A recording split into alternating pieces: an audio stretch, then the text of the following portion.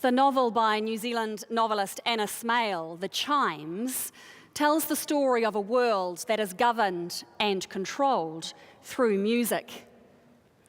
Each day, music and song is played from the carillon in London, at matins in the morning and at vespers in the evening. In hearing this music, the people lose the ability to have any memory, and they have to relearn the story of their lives each day through the music. It's a really gripping novel. I would recommend it. And it speaks of the power of both music and a common story to hold our lives together. In the novel's case, the music is used for control, but the people are eventually freed by others who use their even greater music skill to tell a different story and to set the people free. I don't know if the novelist Anna Smale has any background in church and faith, but the language of the novel suggests it might be so. Matins and vespers are played, and the tale that is told through the music is called One Story, and it has echoes of the way that we read the Bible as the story of our faith. And then the liberators proclaim a new telling of the story, like the people of Israel liberated from slavery, or the early followers of Jesus proclaiming the story of his resurrection. In our worship, we do the same thing. We tell our story and the story of those who have gone before in word and action and song. In our music, we sing ancient texts, words written well before the time of Jesus, the Psalms, the Hosanna, the songs of Miriam and Moses. And then we sing words written about Jesus or to Jesus, the Kyrie, Lord have mercy, the Lord's Prayer.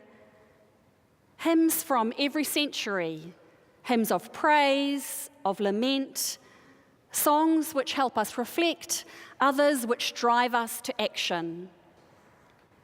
Each generation tries to sing their story and sing their faith. Now, the reading that we've chosen this morning from the second book of Chronicles mentions the music makers. We don't often read from the book of Chronicles, in fact, once in the 3-year cycle of readings, and we chose this one specially for today. 2 Chronicles is written somewhere between 400 and 200 BC, but it covers a swathe of history before that. And the passage this morning is about the building of the first temple way back in the time of Solomon, about 968 BC. And it just describes the singers. They were called Levitical singers because they were an order of priests who assisted in the temple, and amongst them were the singers. They come out, we are told, to sing along with the trumpeters. And the house, the temple, was filled with a cloud. The cloud was seen as a sign of the presence of God, like Moses going up the mountain into the cloud to speak with God, or the cloud on the mountain of transfiguration of Jesus. But here in the temple, we're told, the glory of the Lord filled the house of God. Music and song like that has always been part of worship back to those ancient of times. Singing together as a community brings us together and binds us. And listening to the music of those blessed with the gift of song and the ability to play, well, that transports us to a place where we might meet God. Like the ancients in the temple where they saw a cloud descend, we're able to feel another dimension of our experience of God. And our musicians share their gift of music with us every week. And Michael Bell has shared his gifts of playing and composition and generally incredibly talented musicianship with us every week for 14 years.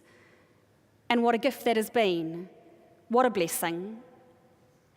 Because when Michael composes and plays and improvises, we don't just hear fine technical playing, We know he can play anything, anytime, usually without music. But when he plays, we hear more than just those notes on the page. When Michael plays, we hear his own story and his own faith. When a preacher preaches, we lay our faith bare before you, the listeners. When Michael plays, he lays his faith bare before us.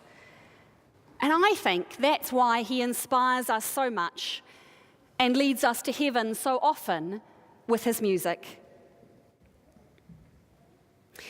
When I scanned through the Gospels today to find a suitable reading, because believe me, the one set down for today for Lent 3 was not at all suitable, when I scanned through to find one, I couldn't go past those 2 short parables from Luke. What is the kingdom of God like? Like a tiny mustard seed that grows into a plant way bigger than it should be so that birds can shelter in it.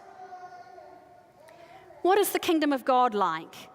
Like yeast that a woman takes and mixes with flour so that the flour becomes bread. The kingdom of God, the way of God, the community of life and faith is something tiny, insignificant, almost invisible. And yet when it's planted or used or played, it becomes something else. It becomes something useful and nourishing and beautiful. So a note of music on a page, or a few notes of music, or in Michael's case, not notes on the page, but notes in his head, these notes become something else. The music becomes praise of God. The notes become an invitation to pray. They become an invitation to the table. They become a sense of the presence of God. They become a heartfelt cry to be heard, a lament, a song, a quiet meditation. A mustard seed becomes a tree, yeast becomes bread, and notes on a page become sublime music. And the music leads us to places outside of our heads and into our hearts. Into our hearts where love can be found, and so where God can be found.